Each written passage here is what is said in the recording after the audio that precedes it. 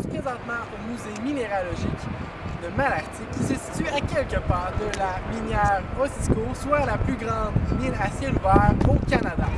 Savez-vous que la mine Osisko produit près de 55 000 tonnes de minerais et ce par jour?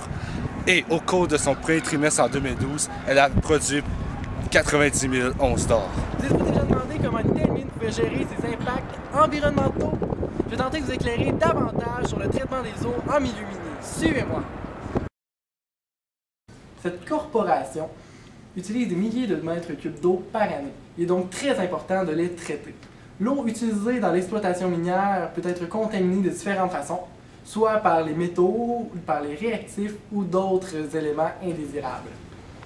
Par ailleurs, le problème de l'extivation des métaux peut faire acquérir à l'eau un pH très acide, causant ainsi des dommages à l'écosystème, ce qui nous affecte indirectement.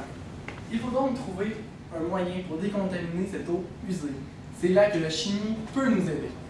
Aujourd'hui, nous allons effectuer en laboratoire une petite expérience qu'on appelle la décantation. Ce procédé consiste à neutraliser l'acidité de l'eau, puis d'en séparer les résidus nocifs. Démonstration.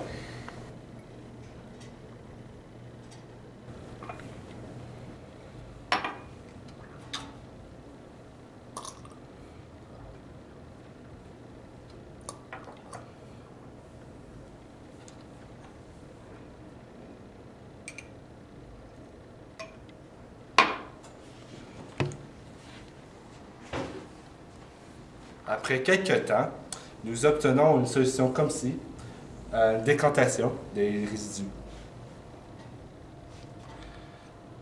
Donc voilà, notre scientifique a réussi à séparer la boue de l'eau. Cependant, cette eau contient encore des sels non toxiques contrôlés par des normes environnementales.